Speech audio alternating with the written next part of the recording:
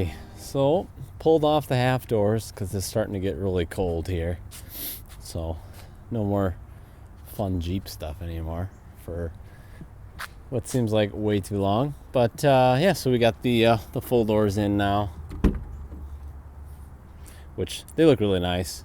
They definitely look more beefy on the Jeep than the half doors, but the half doors are great in summertime, especially without AC in my Jeep, so that really helps. But yeah, I also cleaned the Jeep. I haven't cleaned the Jeep in a while, so it's finally shiny again.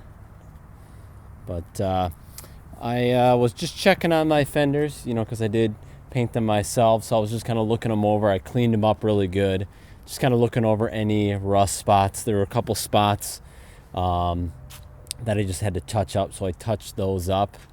But other than that, it's pretty good. So one thing I do want to talk about, a lot of you guys have been asking me kind of how the Metalcloak fenders work, or like how to order them.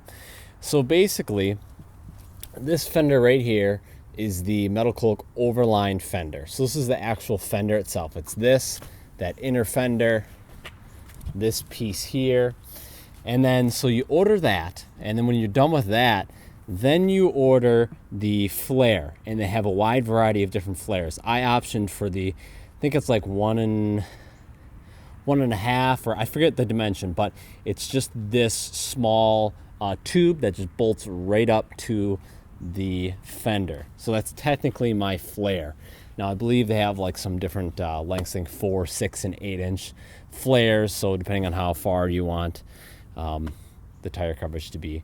But yeah, and then as far as the rears go, the rears are a little bit more simple. You have this plate that bolts up to the Jeep, and then you have these flares that then you buy.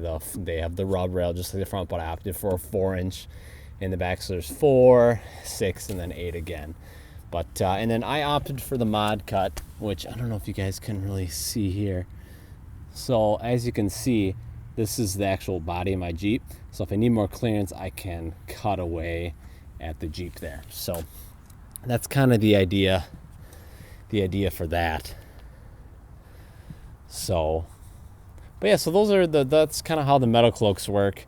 They have different variants. They have the steel versions and then the aluminum versions. I went with the steel versions just because the aluminums were these are expensive to begin with.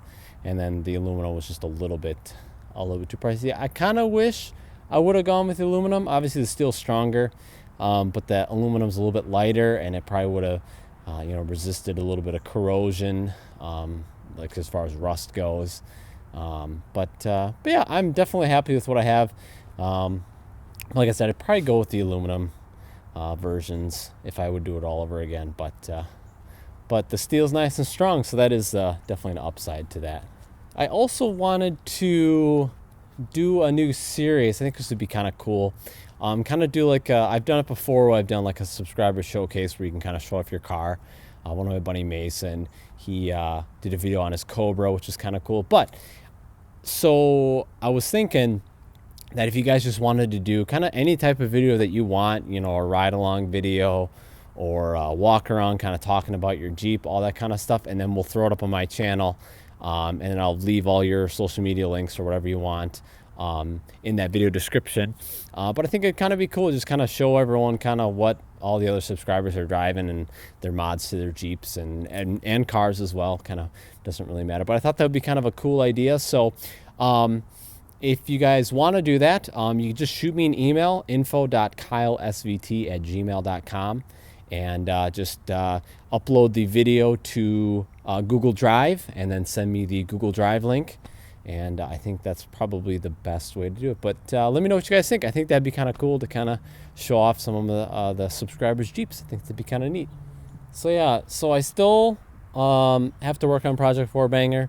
We still have to do the flares and then the mirrors and all the little stuff. So I still have to do that before it gets too cold.